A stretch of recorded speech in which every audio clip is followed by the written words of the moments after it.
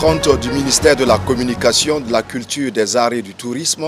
après avoir entendu le rapport présenté, le Conseil a autorisé l'inauguration du mausolée Thomas Sankara et ses 12 compagnons, prévu pour le 17 mai 2025. Lancé en 2024 comme première infrastructure d'envergure du site du mémorial Thomas Sankara,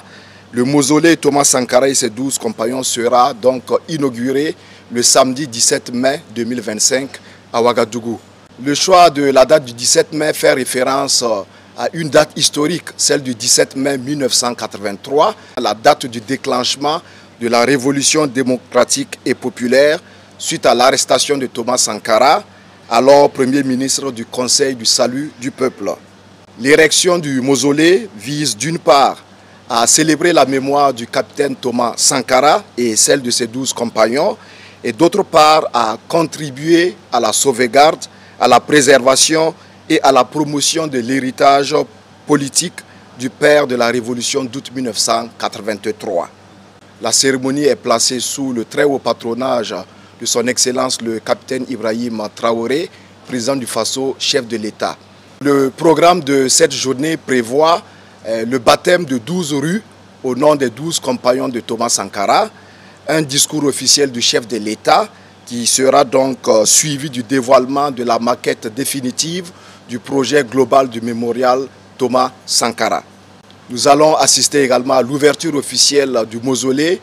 qui sera suivie d'une visite guidée des officiels. Une conférence publique sera également organisée sur les idéaux de feu le capitaine Thomas Sankara. Le clou de cette journée sera l'organisation d'une conférence de presse sur les nouvelles conditions de visite du mausolée qui sera, in fine, l'un des sites majeurs en termes donc, de lieux de mémoire et de sites touristiques.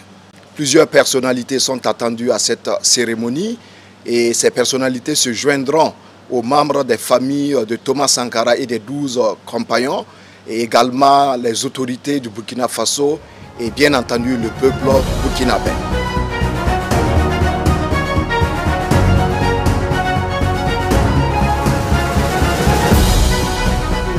Le Conseil a examiné un rapport qui porte octroi de statut de pupille de la nation aux enfants mineurs des membres des forces de défense et de sécurité et à des enfants mineurs d'agents publics qui sont tombés au champ d'honneur ou qui sont blessés du fait d'exercices opérationnels dans le cadre de la sécurisation du territoire national. Et en rappel, le statut de pupille de la nation est défini par la loi du 10 juin 2022, ensemble ces décrets d'application du 19 septembre 2023. En fait, le bénéfice de l'octroi du statut de pupille de la nation aux enfants mineurs dont les parents, du fait qu'ils soient tombés